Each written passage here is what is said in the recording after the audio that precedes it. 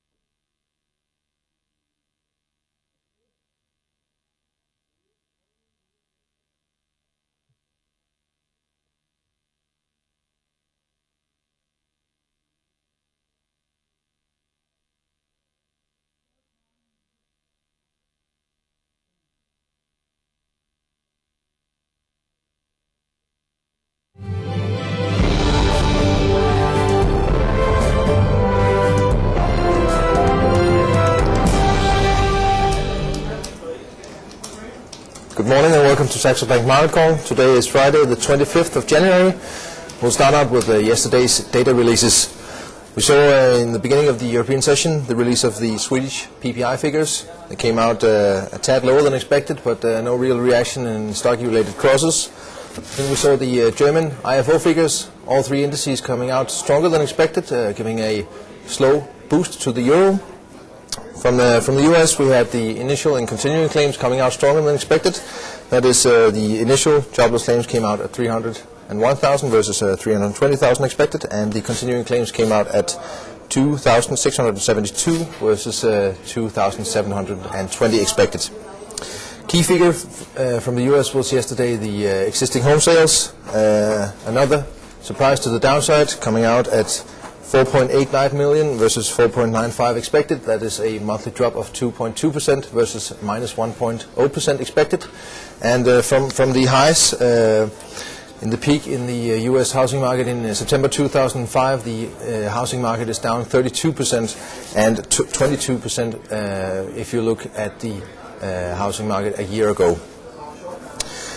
We saw the crude DOE inventories coming out, also surprising. We saw a build in crude and in gasoline, but distillates, we saw a major draw coming out at minus 1,002K versus zero expected. Overnight, Japanese CPI not giving rise to any change in the Bank of Japan stance. We believe that they still will maintain rates fixed at 0.5. However, we saw a big increase in risk willingness yesterday as stock markets really came back, and we saw also carry trades moving higher. The dollar really sold off on back of these weak U.S. figures, and especially euro dollar was boosted after we saw some very hawkish comments from ECB's Weber, who said that a rate cut from the ECB is more or less wishful thinking.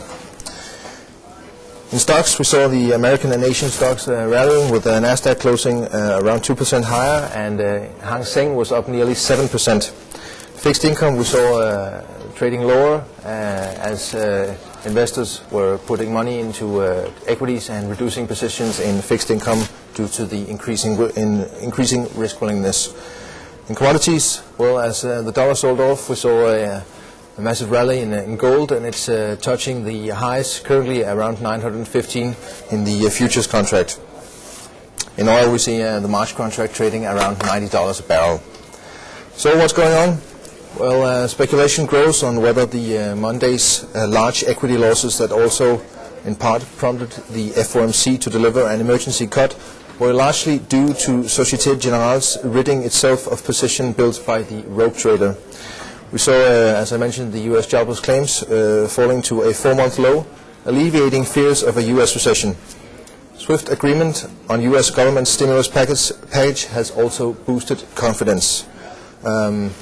Today we don't have any real market-moving figures. At 12 o'clock GMT, key today will be the release of the Canadian figures. We have CPI from December released. The monthly figure is expected to rise 0.1%, and the Bank of Canada, the so-called core CPI, is expected to drop 0.1%. So actually a deflation scenario is seen here, possibly.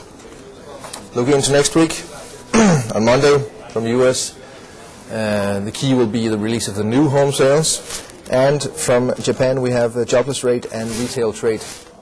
Of course, the key will be from the U.S. on Wednesday, where we have the FOMC rate decision, where the market is currently pricing in a rate of 3.0% if you're indicated by the futures market.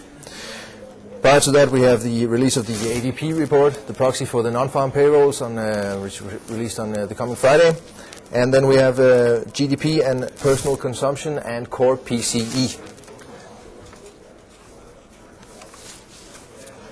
Looking into today's trade, well, key event is the release of the Canadian CPI figures. However, we value the dollar still to sell off, and we will sell a dollar CAD at the break of 1.0035 offer, and we'll add below 1.0012, targeting support at 0.9920, where the 100-day moving average creeps in. We recommend placing your stop at 1.070 bid. Looking into equities, we will buy Johnston Press in London on a breakout. We will buy the stock at the break of 280, placing a stop if bid at 260. Sorry. Yeah, we will buy a stop if bid at 280 with the stop if offered at 265, and we're targeting 300. We saw positive earnings surprise from to the upside from Xerox, Microsoft, and Nokia yesterday, which helped the US and Asian sessions higher. For today, we are bullish on all major indices. That's it all for now, and have a very nice weekend.